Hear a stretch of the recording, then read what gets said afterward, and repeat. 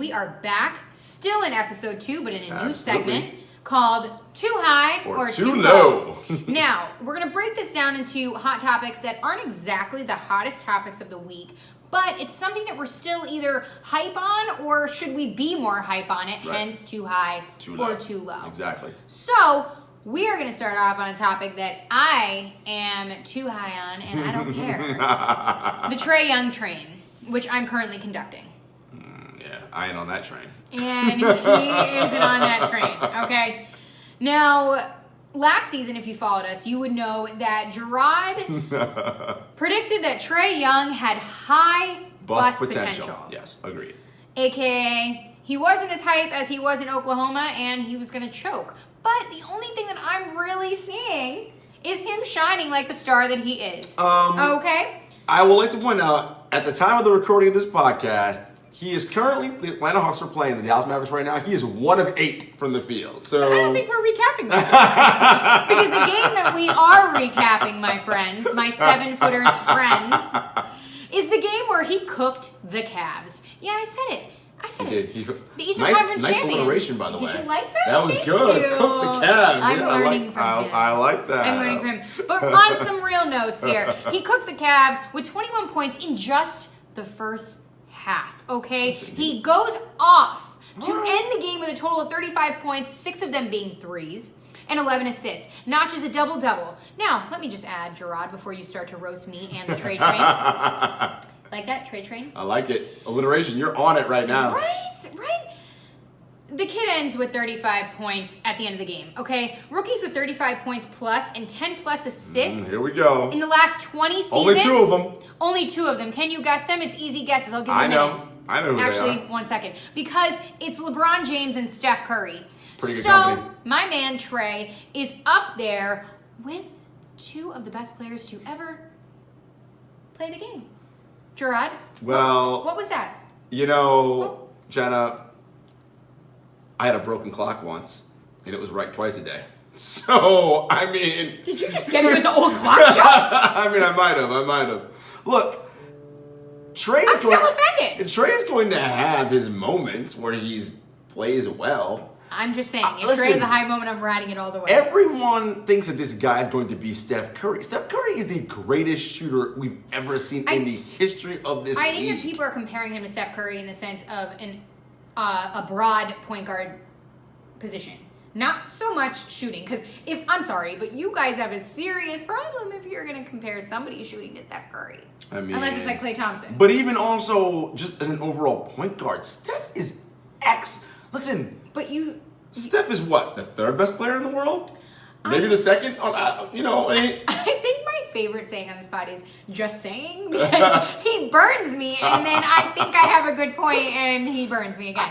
Listen, this is a perennial 50, 40, 90 guy. I think it's like a younger baby kind of, he's going to be a Steph Curry, like, when he's a rookie. Like that kind of talk. I don't think it's really like on the level. Like we said, there's levels to this game. Who raps that, by the way? Because every time you say it, I'm like, there's levels. There's levels to this, okay? And was it Drake? Drake. And there's levels to this. And we're going to get into October's very own shortly. By the way. Happy birthday, Drake. Happy birthday, 6 God. Honey. We feel you. Happy birthday. October 24th. OVO for life. OVO for life. We got to get some OVO gear. We do need to get some. So we get a little OVO, like 7-footers gear. You think we could reach out to 40, Noah, and be like, yo, can we get some OVO 7-footers gear? Maybe, because did you hear the little rumor that's fluttering around as we get off topic? Yeah, OVO.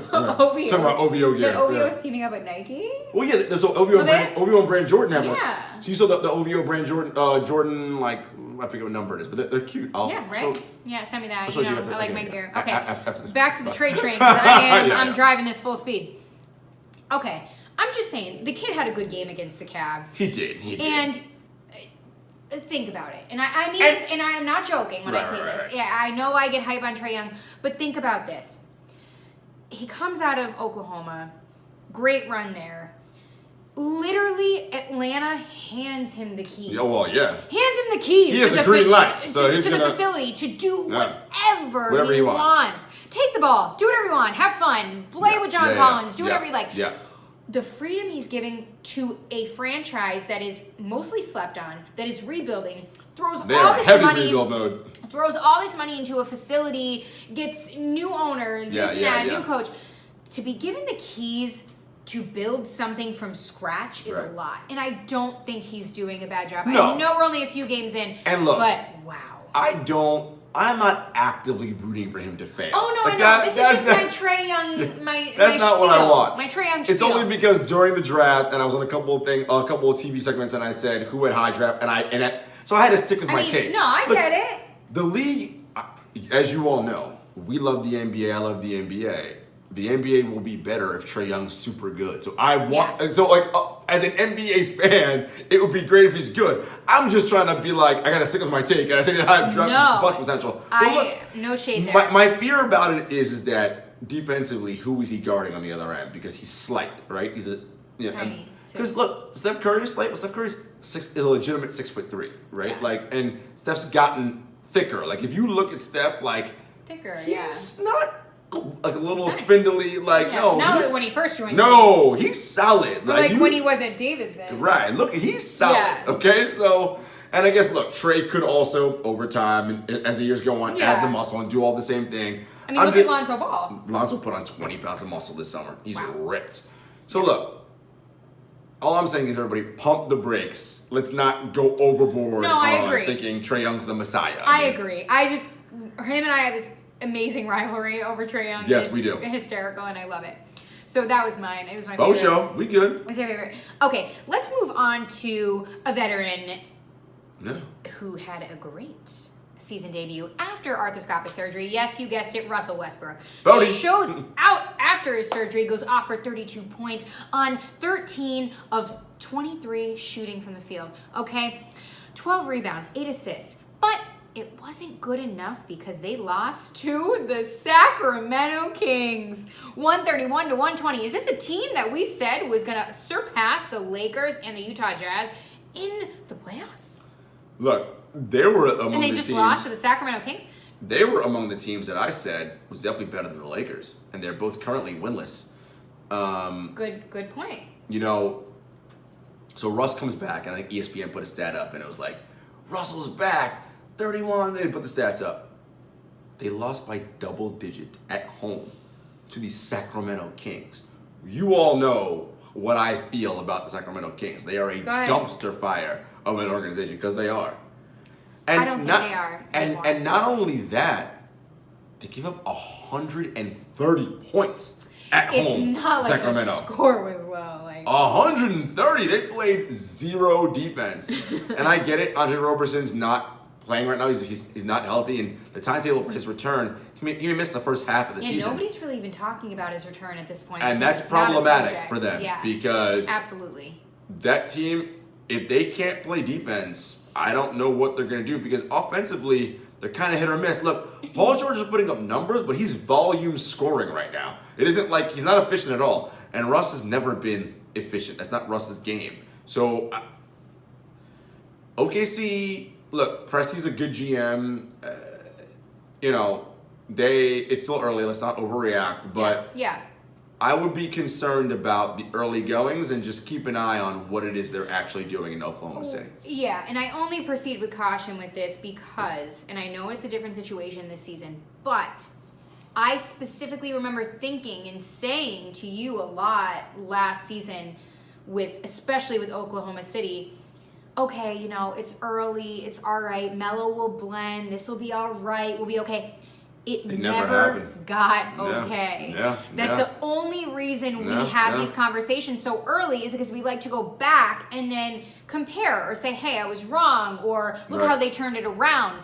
But these conversations are important to have this early on, because a lot of people are looking at OKC to turn things around this season.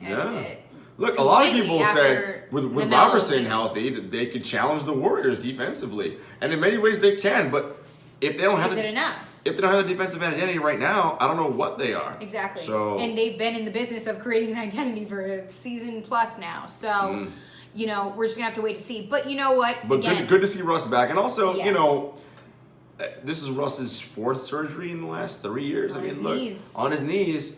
you only have X amount of jumps in your knees, however many there are. And we all know Russ plays at 150%. Every time you get cut into, all the time. you take a little bit out and chip away. So just keep that in mind. We'll keep an eye on Oklahoma City Thunder, but like you said, it's good to see Russ back, and he put up some numbers in his debut after surgery. So let's not, knock Russ, okay? And really quick, we didn't say this on the last episode. He's expecting twins. He is. Be a full house. Woo! And I think they're twin girls, right? I think it's girls. Russell's got girls. Russ! So happy for him and Nina. Congrats. Can you imagine, when those girls are, of dating age and you got to come home and meet Russ as, you're the boy? I would be frightened to meet Russ. Future boys who want to date the Westbrook twins, don't. Just don't. They're going to be beautiful. Just don't. Okay. We got to move on right now to one of the teams that Undefeated. I might move to Canada. Undefeated. The Toronto Raptors. Can we say that Kawhi Leonard is clicking offensively and defensively? Yes. Yes, yes, yes. Kawhi Leonard, amazing get. I can't say enough about this. They beat the Celtics. Look, again. They beat the Celtics. Small sample size. And everybody was like, how's it going to work with Kawhi? Look. Small sample size, let's not overreact, only 3 games in. I'm sorry, but playing 9 games last season, coming out of injury, Kawhi Leonard, fire, my friend. Fire. I think I said this last week, I'll say it again this week. Okay, let's hear it. Toronto Raptors were a 59-win team last year. Mm-hmm. The number 1 seed or 2 seed? Ooh, I'm going to say 2. What were they? Right? No, they were the 1 seed. Were they? I think they were the 1 seed last year. Let's look that up. Shoot. Either way, they were a 59-win team last year. They took away DeMar DeRozan. Oh, I love this analogy. And replaced him with Kawhi Leonard. And Danny Green. Sounds like an upgrade to me. Insert Kawhi's laugh here. Oh my God, Kawhi, you are great. I think they're going to be better. I honestly, everyone is talking about so Boston too. winning 60-something games, Philly, Milwaukee. Nobody's saying a mumbling word about Toronto. You know what, though? I think Toronto likes that. I really do. And if I were Toronto, I would like that too. Go ahead, sleep on me. That's fine. I got Kawhi out of injury. Listen. No one really. Everybody forgets, like you said, I think last episode. Yeah. Kawhi was in MVP talks. MVP talks. One of the best two-way players in the NBA. Kawhi is right now the best player in the Eastern Conference, right? I mean, it's either him or Giannis. Better than Giannis? It's either him or Giannis. I didn't hear It's either or, right? I mean, and Kawhi's a better shooter than Giannis, so I mean. Oh, yeah. I'm just saying, everyone's sleeping on Toronto. Him and Kyle Lowry. Kyle. Don't forget that. Him and Kyle Lowry clicking up incredibly. Listen, OG Anunoby. I like Serge Ibaka. I like this Toronto team. And you know who approves of Kawhi on the Raptors?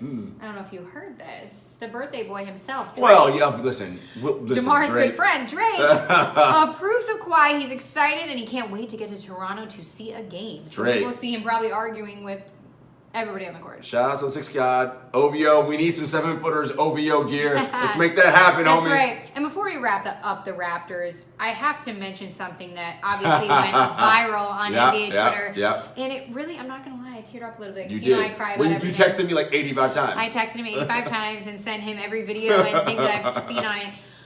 Cameras caught Kyle Lowry doing his handshake with DeMar before the game. Yes. Oh, yeah, I'm getting emotional again. DeMar and Kyle are best friends. He was in the post game.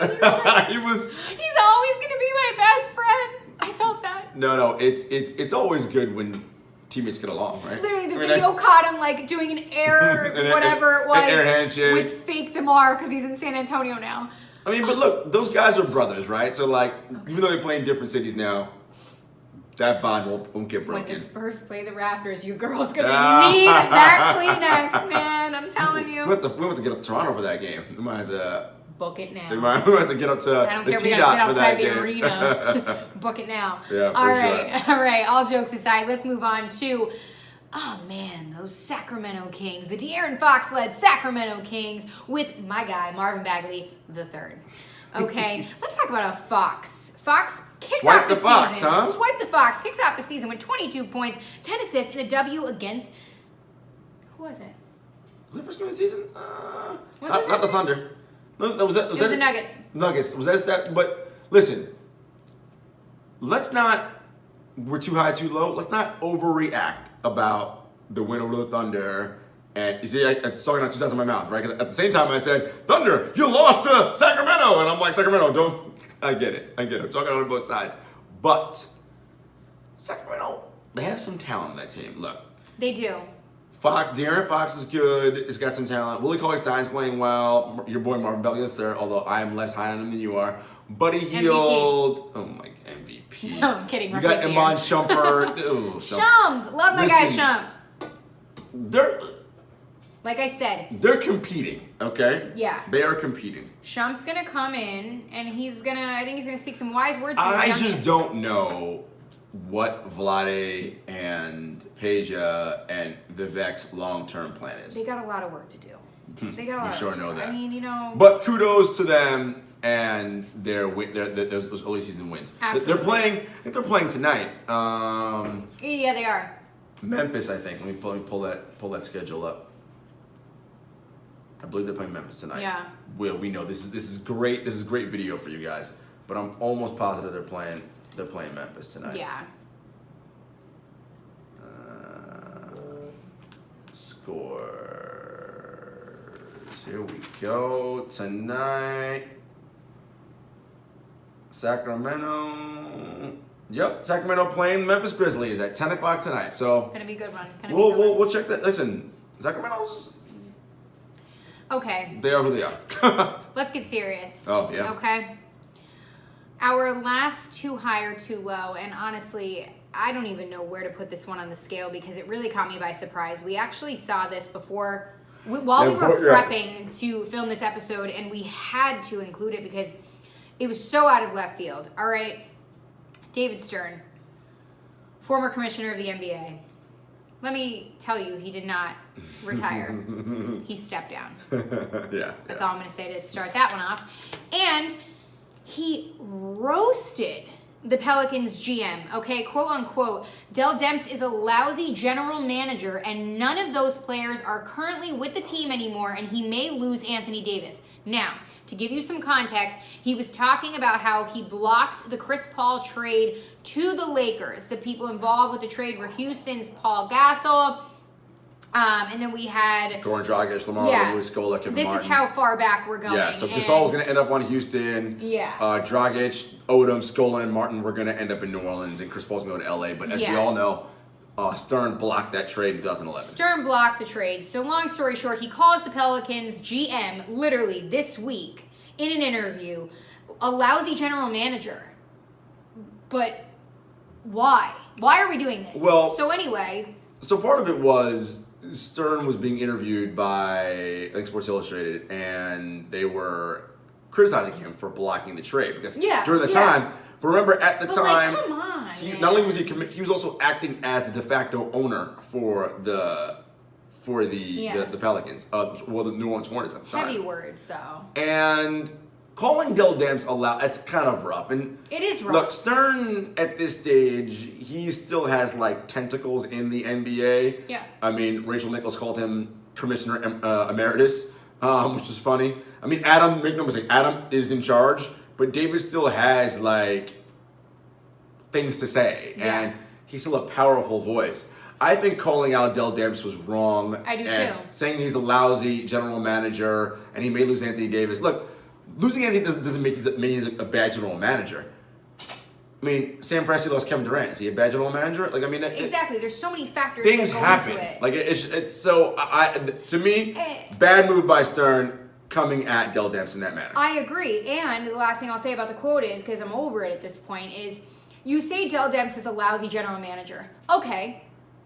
Give me 5 reasons why he's a lousy general manager. He goes in to backtrack and say none of those players are there anymore. Okay, but you're saying he's a lousy GM. Tell me why. Yeah. Anyway, the Pelicans hit back with a statement. just released today, October 24th, and it says, quote unquote, from the Pelicans organization, we are very disappointed to read the inappropriate and inaccurate comments from the former NBA commissioner regarding the New Orleans Pelicans. Our organization has the utmost confidence in our general manager, Dell Demps. He's part of our family, the NBA family. We are excited about the direction of our team, the 3-0 start of this season. Building on the success of the 2017-18 playoffs, finally, our organization is excited and proud to be part of the NBA with the progressive and innovative leadership of NBA Commissioner Adam Silver. Mike. That was a great mic drop of the Pelicans in that statement because Very mature and very uplifting. Very mature, but also sub-tweeting or coming at David Stern, right? Because they don't mention Stern by name at all. They say the former NBA commissioner. And they close with, finally, our organization is excited and proud to be part of the NBA with the progressive and innovative leadership of NBA Commissioner Adam Silver. Which is to say, what they're saying is, when the league was under Stern's leadership, it wasn't innovative and forward-thinking. Hey, kudos to the Pelicans for taking the high road in that way and putting out that statement. Again, I completely agree, and I really like the sentence where they stuck behind Dell Demps. Yes. You stick behind your guy. And they did. You and I are fans of Adam. We think Adam's a great commissioner. Oh my gosh, 100 times. I am not as critical of. Look, I will criticize a lot of things that David Stern did. I'm not as critical of Stern as some people are, but I'm critical of this. This was a terrible thing to say for a former commissioner to come out and come at Dell Demps in that manner, particularly because of a trade from years ago, from many years ago, and also, you know, and I'm just going to say this and put this out there, in a league that is predominantly black, there aren't a ton of black GMs. So for him to come out at one of the league's few black GMs in this way, you know, I just has a potential MVP, right? I just, you know, on his roster. It's in poor form by Stern and well handled by the Pelicans. Very well handled by the Pelicans, and that was just a really hot topic that we really need to cover. Yeah, we need to address that. Yeah, but, we had to, and we did. And moving on. That is it, guys. Episode 2 in the books of season 2, and we just have to say we thank you for coming back, and we are that little pod that could. We are going along. Thank you guys for watching.